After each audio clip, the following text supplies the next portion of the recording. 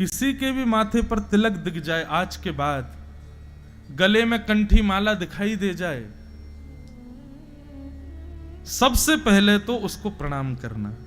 यदि वो चरण छूने का अवकाश ना हो तो बात अलग है, लेकिन तो हाथ जोड़ के प्रणाम तो सर झुका के थोड़ा तो कर ही लेना। और दूसरी बात, उसके द्वारा की गई क्रिया चाहे कैसी भी हो, उसको आडंबर कभी मत समझना। भले ही वो कर भी रहा हो आडंबर, आप मत सोचना कि वो आडंबर कर रहा है। अगर वो आडंबर कर रहा है तो खुद फंसेगा, लेकिन आपके मन में उसके प्रति ये दूषित भाव नहीं आना चाहिए।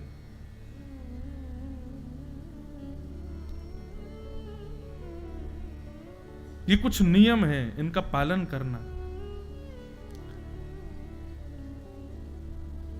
तो राजा परीक्षित ने, शमी ऋषि ध्यान में बैठे थे और राजा परीक्षित ने जाके कहा मुझे जल की प्यास लगी है, पानी दीजिए। शमी ऋषि ध्यान में बैठे थे, प्रत्युत्तर नहीं दे पाए।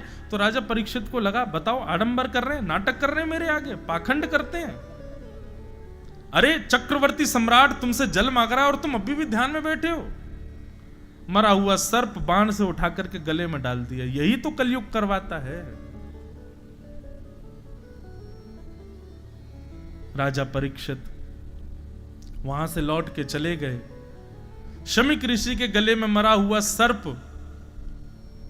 ये समाचार जैसी शमी ऋषि के पुत्र को पता चली कि मेरे पिता के गले में मरा हुआ सर्प राजा परीक्षित ने डाल दिया।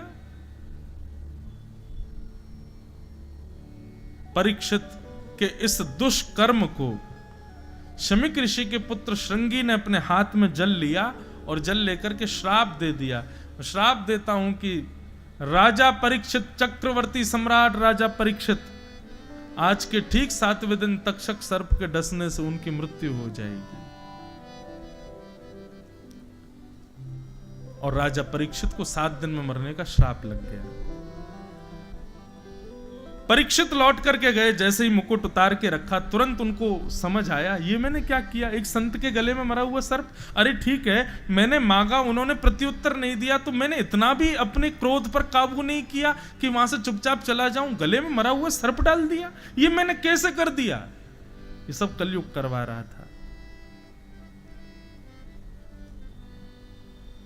बंधुओं, पाप करने की हमारी इच्छा नहीं होती। निश्चित मानिएगा, जो व्यक्ति पहली बार मदिरा पान करता है घबराता है, डरता है। जो पहली बार मांस भक्षण करता है, बचपन से नहीं किया हो, कभी शुरू कर दे दोस्तों के संग बैठ करके, घबराता है। उसका रात भर मन बेचैन रहता है, मैंने ऐसा क्यों किया। कभी किसी का हृदय ना दुखाता हो और वो व्यक्ति अपने स्वार्थ के लिए किसी का हृदय दुखा दे, वो आत्मग्लानि में 7-7 दिन सोता नहीं है। फिर इसका मतलब क्या है? पाप हमारा स्वभाव नहीं है, कलयुग करवाता है। इसलिए भैया ये नाम जप, ये कीर्तन, ये सत्संग, ये सारे क्या बोले,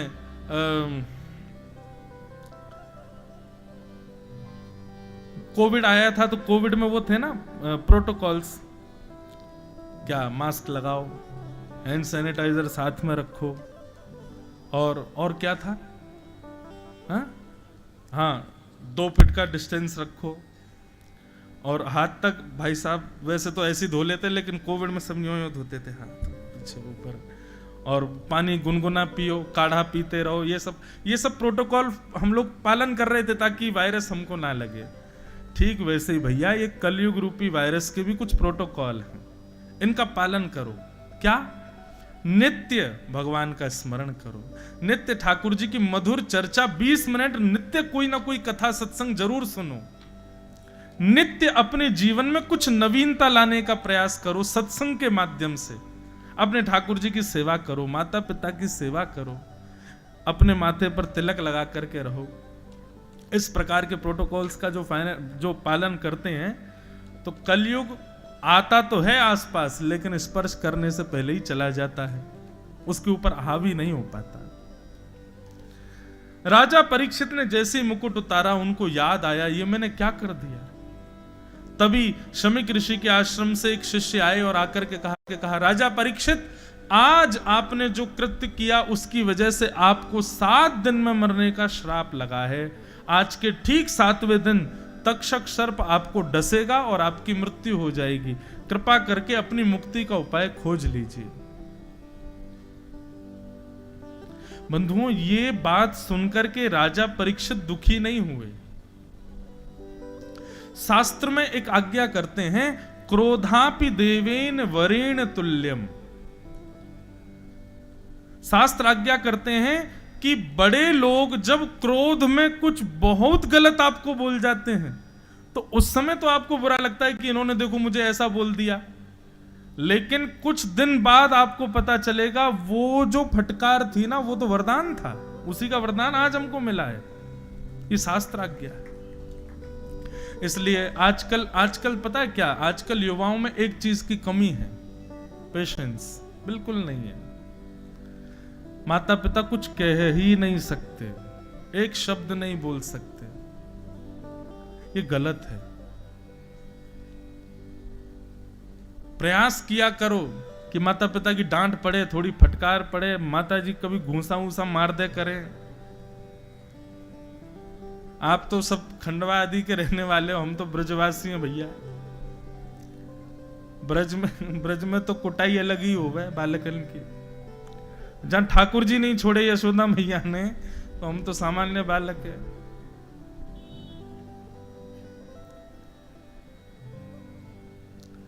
माता पिता, गुरुजन, बड़े लोग, ब्राह्मण या संत वृंद आदि ये कभी फटकार दें, डांट दें, कुछ कह दें तो उस पर कभी चिंतित मत होना, क्योंकि शास्त्र आज्ञा करते हैं क्रोधापि देवेन वरेण तुल्यम।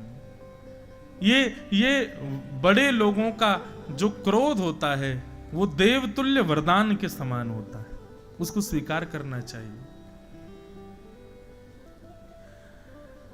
राजा परीक्षित आनंदित हो गए, अपने पुत्र जन्मेजय को राज्य गद्दी पर बैठा दिया। पत्नी से बोले, देवी मैं बहुत खुश हूं, अब तुम सब राजपाट संभालो, मैं जा रहा हूं। देवी बोली, मरने की बात सुन के खुश कौन होता है? 7 दिन में मरने का श्राप लगा, आप इतने प्रसन्न क्यों हो? राजा परीक्षित बहुत सुंदर बात कहते हैं, बोले देवी, संसार में किसी भी व्यक्ति को नहीं पता कि उसके प्राण कब निकलेंगे। हमारा अगला क्षण भी अंतिम हो सकता है। लोग कहते हैं कि मेरी जॉब लग गई, अब मैं इतना कमाऊंगा, कल को मेरा प्रमोशन होगा, मेरी सैलरी और बढ़ जाएगी। जब मेरी सैलरी इतनी हो जाएगी, खंडवा में एक घर बनाऊंगा, घर बन जाएगा, माता पिता को ले आऊंगा, फिर एक बढ़िया सी कन्या से ब्याह कर लूंगा, मेरे 2-3 बालक होंगे, उस वाले स्कूल में पढ़ाऊंगा, इंदौर में फिर कॉलेज कराऊंगा, मुंबई भेज दूंगा, आउट ऑफ इंडिया पढ़ेंगे। ये सब विचार कर लेता है एक साधारण सी जॉब लगने पर। रात कोई सोए, अटैक आ गया, सुबह बचे ही नहीं। कहां रह गया वो घर, कहां रह गई वो जॉब, कहां रह गई वो सैलरी? हमारे अंत का पता नहीं है, कभी भी हो सकता है। पर राजा परीक्षित कहते हैं, देवी, एक ब्राह्मण ने कहा है कि 7 दिन बाद तक्षक सर्प के डसने से मेरी मृत्यु होगी, तो इसका मतलब इन 7 दिनों में भी यदि मेरी मृत्यु पहले आने वाली होगी तो पहले नहीं आएगी। कल अगर मैं पहाड़ से गिर भी जाऊं तो नहीं मरूंगा, क्योंकि ब्राह्मण की बात सत्य होगी, 7 दिन बाद ही मरूंगा मैं। मतलब मुझे पता है कि 7 दिन से पहले मेरा कोई बाल बांका नहीं कर सकता, इसलिए मैं 7 दिन का हर क्षण ठाकुर जी को अर्पित करूंगा। हम लोगों को तो 1 घंटा भजन कर लिया, बोले 1 घंटा कर लिया, अब संसार के काम कर लो, क्योंकि अभी हमें ये विश्वास है ना कि अभी शाम भी तो है, कल भी तो है, कल कर लेंगे बचा हुआ। लेकिन हमें क्या पता कि कल तक हम जीवित रहेंगे कि नहीं। इसलिए कहते हैं हर श्वास भजन करते रहो, कोई भी श्वास अंतिम हो सकती है। पर राजा परीक्षित कह रहे हैं कि 7 दिन से पहले मेरी अंतिम श्वास नहीं आएगी। इस बात की मुझे प्रसन्नता है। अब 7 दिन में जितने क्षण होंगे, हर क्षण ठाकुर जी को याद करके मैं व्यतीत करूंगा, इसलिए मैं प्रसन्न हूं। एक और बात बंधु, वैष्णव जो होते हैं ना, आप लोग ये कह रहे होंगे 4 दिन से वैष्णव, ये है क्या वैष्णव? ठाकुर जी का जो भजन करते हैं, कथा से जो प्रेम करते हैं, वृंदावन जाने का जिनका मन होता है, जो तिलक लगाते हैं, जो ठाकुर जी से संबंध रखते हैं, केवल वो पूजा के पात्र हैं, दिन में एक बार उनको अगरबत्ती दिखा दी, धूप बत्ती कर दी, ये व्यवहार स्वभाव रखने वाले वैष्णव नहीं। वैष्णव मतलब दिन में जिस प्रकार माँ पिता पति पुत्रों को स्थान है, ऐसे ही ठाकुर जी को भी स्थान है। उनकी चिंता भी जिनके चित्त में लगी रहती है, उनके लिए जो क्रियारत रहते हैं उसको वैष्णव कहते हैं। तो जब आप वैष्णव बन जाते हो ना, तो बंधुओं आपके चित्त से, आपकी बुद्धि से नकारात्मक स्थिति चली जाती है। मतलब अब सगुन नहीं मानते वैष्णव लोग। बिल्ली रास्ता काट गई, गाड़ी रोक ली, लेकिन वैष्णव नहीं रोकते। हमारे संग ठाकुर जी, हमें काय को डरवे की चिंता, चलो आगे। अभी पौन बज रहे हैं, अभी कहीं मत जाओ, पौन पे नहीं निकलना चाहिए, कार्य असफल हो जाते हैं। लेकिन जो वैष्णव होते हैं वो ये सब विचारधारा नहीं रखते। और एक और बात कह दूं, वैष्णव जो होते हैं ना, ज्यादा भविष्य कथन, ज्यादा इस ऐसा कर दो ऐसा हो जाएगा, वहां पे वो धरियाना उससे ये हो जाएगा, इधर कपड़ा बांध देना इससे ये हो जाएगा, इन सब चीजों में वैष्णव विश्वास नहीं करते। वैष्णवों की तो केवल एक ही विश्वास का केंद्र है, ठाकुर जी। बस वे कृपा करेंगे, सब मंगल करेंगे। अन्य आश्रय नहीं करते वैष्णव। हम महाकाल भी जाते हैं ना, तो महाकाल भगवान से भी यही प्रार्थना करते हैं, हे महाकालेश्वर भगवान, आप कृपा कर देना, आप सबके मनोकामना पूरी करते हो, मेरी भी करो। क्या? मुझे ठाकुर जी पहले से ज्यादा प्रिय लगने लग जाएं, ऐसी कृपा करो। हे ओमकारेश्वर भगवान, ऐसी कृपा करो कि हम ठाकुर जी के और समीप पहुंच जाएं। हे वैष्णो देवी मैया, सब देवी देवताओं से हम तो यही मांगते रहते हैं। अभी हमारी कथा 1 तारीख से बागेश्वर धाम में, तो माँ के महाराज जी तो है ही है, फिर वो वो कभी कभी कहते हैं, बोले आप अर्जी लगाया हो। मैंने कि आप ही लगा दो कि ठाकुर जी हमको मिल जाएं, बस यही अर्जी चाहिए। और जीवन में क्या मिले क्या ना मिले इसकी कोई परवाह नहीं। कभी ज्योतिषी से ये पूछा आपने कि भैया ऐसे नक्षत्र ग्रह बताओ, कि हम ये तो पूछ लेते हैं जॉब अच्छी कब शुरू हो जाएगी, बच्चे का ब्याह कब का हो जाएगा। कभी ज्योतिषी से ये दिखवाया कि भैया ये बताओ ठाकुर जी कब मिलेंगे हमको? कभी नहीं पूछा, किसी ने नहीं पूछा होगा, ये मैं गारंटेड कह रहा हूं। स्पेशली 500 रुपए दक्षिणा देखे ज्योतिषी से तो पूछवा। जब भविष्य में सब है तो यह भी तो होगा। और मैं एक बात सत्य कहूं, आप जिस दिन किसी भविष्य कथन करने वाले से या इस प्रकार के ज्योतिष आदियों में, ज्योतिष भगवान के नेत्र हैं, वो गलत नहीं है, वो पूर्ण सत्य है। कभी आप जाकर के यदि विशेष रूप से ये पूछ लोगे या किसी को हाथ दिखा के भैया ये देख के बताओ ठाकुर जी कब मिलेंगे, विश्वास मानना वो रेखा ठाकुर जी से मिलने वाली नहीं भी होगी ना, तो उस दिन ठाकुर जी बना देंगे, बोले अब मिलूंगा इसको, क्योंकि कुछ और कामना नहीं की है, मुझसे मिलना चाहता है। मीराबाई का एक पद है, बहुत सुंदर पद है,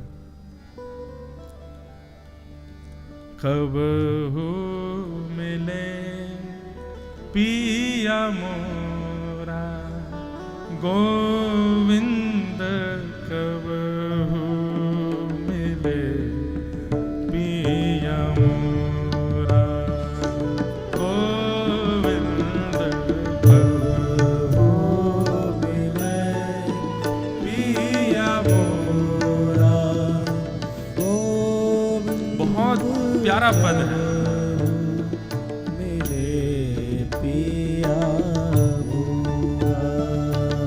मीराबाई कह रही है, मिलवे को मोहे चाव घनेरो, मिलवे को मोहे चाव घनेरो, हाँ मिलवे को मोहे चाव घनेरो, मिलवे को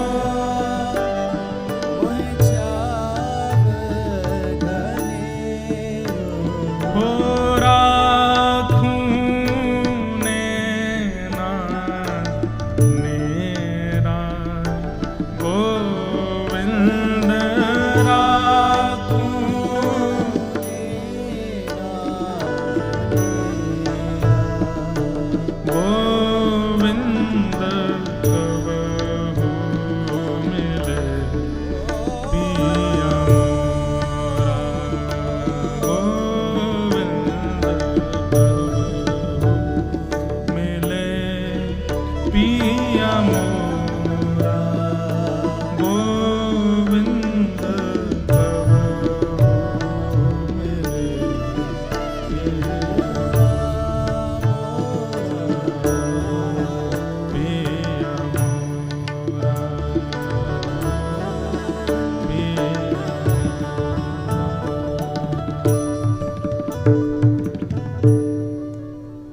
कब मिलेंगे गोविंद मुझे, मिलवे को मोहे चाव घनेरो, राखूं नैना नेरा, गोविंद कबहू मिले पिया मोरा।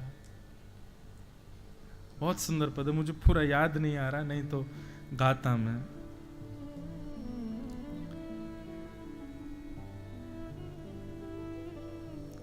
ऐसी ऐसी व्याकुलता हम में शायद कभी नहीं आएगी ठाकुर जी से मिलने की। और जिस दिन ये व्याकुलता आ जाए ना चित्त में, प्रसन्न हो जाना उस दिन, क्योंकि आप तो व्याकुल हो ही नहीं सकते, ठाकुर जी हो रहे हैं शायद आपसे मिलने के लिए, इसीलिए भाव प्रकट हो रहा है। तो राजा परीक्षित अपने पुत्र जन्मेजय को राज्य गद्दी पर बैठा करके स्वयं चले गए, और वन में जैसे ही गए तो असंख्य संत वहां पर अपने आप आ गए। भाई एक एक चक्रवर्ती राजा है, उसको मरने का श्राप लगा, संत अपने आप आ गए। और संतों ने आकर के राजा परीक्षित से कहा, परीक्षित बताओ हम तुम्हारी क्या सहायता करें। तो राजा परीक्षित ने सबसे कहा, मैं 7 दिन में मरने वाला हूं, मेरी मुक्ति का उपाय बताओ। सबने अलग अलग उपाय बताए। किसी ने कहा महामृत्युंजय का जाप करा लो, किसी ने कहा तुम हिमालय पर चले जाओ, किसी ने कहा कंठ पर गंगा जल में खड़े हो जाओ। सब कहने लगे, लेकिन कोई भी प्रमाणित कह करके ये बात नहीं कह पा रहा था कि तुमको मुक्ति मिलेगी। तभी वहां पर श्री सुखदेव जी महाराज का आगमन हुआ। सब लोग हाथ जोड़ करके सुखदेव जी का स्वागत करो। तत्र भवद भगवान व्यासपुत्रो, यदृच्छया गामटमानो नपेक्ष, अलक्षलिंगो निचलावतुष्टो, व्रतश्च बालैरवधूतभेष।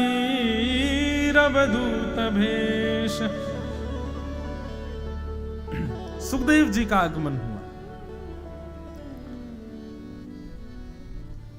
वेद व्यास जी के सुपुत्र, त्वम द्वष्ट वर्षः, आयु कितनी है उनकी? बोले 8 वर्ष के, 16 वर्ष के हैं, पर देखने में ऐसे लगते हैं जैसे मानो 8 वर्ष का कोई बालक है। सुखदेव जी महाराज आकर के आसन पर बैठ गए, और आसन पर जैसे ही बैठे सब लोग सोचने लगे छोटा बालक। परीक्षित के मन में आया नन्हा सा बालक। तभी किसी ऋषि ने आगे कहा, बोले नन्हे बालक नहीं, साक्षात सुखदेव जी महाराज हैं, ज्यादा समय व्यर्थ मत करो, चरण पकड़ो, तुरंत अपने संशय का समाधान पूछो। राजा परीक्षित ने चरणों में प्रणाम किया और कहा, भगवान जल्दी मरने वाले की मुक्ति का उपाय बताइए। अतः पृच्छामि संसिद्धिम योगिनाम परमं गुरुम, पुरुषस्येह यत् कार्यम म्रियमाणस्य सर्वथा। जैसे ही राजा परीक्षित ने यह प्रश्न किया, जल्दी मरने वाले की मुक्ति का उपाय बताओ, श्री सुखदेव जी महाराज 2 मिनट के लिए तो राजा के नेत्रों में देखने लगे, और मंद मंद मुस्कुराने लगे, और कहते हैं, यहीं से द्वितीय स्कंद प्रारंभ होता है। सुखदेव जी कहते हैं, वरीयाने शते प्रश्न क्रतो लोक हितम नृप, आत्मवीत सम्मतः पुंसाम श्रोतव्या विषुय पर। राजन, तुमने ये प्रश्न अपने लिए तो नहीं किया है। राजा परीक्षित बोले, मरने वाला मैं ही हूं तो मैं अपने लिए ही करूंगा ना भगवान। सुखदेव जी बोले, नहीं, ये प्रश्न तुमने अपने लिए नहीं किया है। मैं कथाओं में कहा करता हूं, भगवान प्रश्न का उत्तर देने वाला गुरु नहीं होता, प्रश्न को भी सुधार दे वो गुरु है। प्रश्न पूछा कैसे जाना चाहिए, प्रश्न होना क्या चाहिए, ये बता दे वो गुरु है।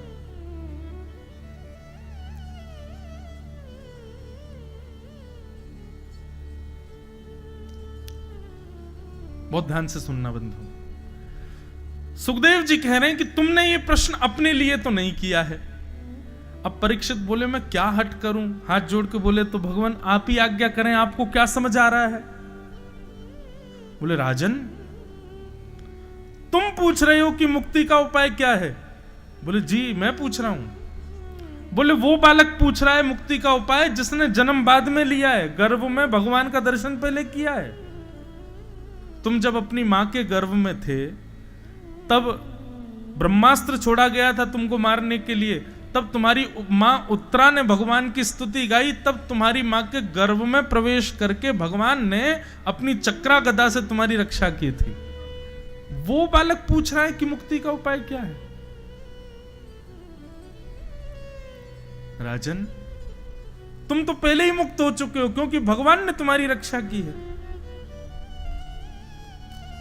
दूसरी बात, शमीक ऋषि ने तुमको 7 दिन में मरने का श्राप दिया है और मुक्ति प्राप्ति के लिए 7 दिन नहीं, 7 घंटे नहीं, 7 क्षण नहीं, 1 क्षण काफी है। मतलब कोई पापी से पापी व्यक्ति जीवन भर कुछ बढ़िया नहीं किया लेकिन प्राण निकल रहे हो, अंतिम श्वास बस प्राण की बाहर आने वाली है और तुरंत समाप्त होने वाला है, उस समय पर यदि उसको कोई हरिनाम संकीर्तन सुना दे तो उसके जीवन के सारे पाप नष्ट और वो सीधे मुक्ति को प्राप्त करेगा।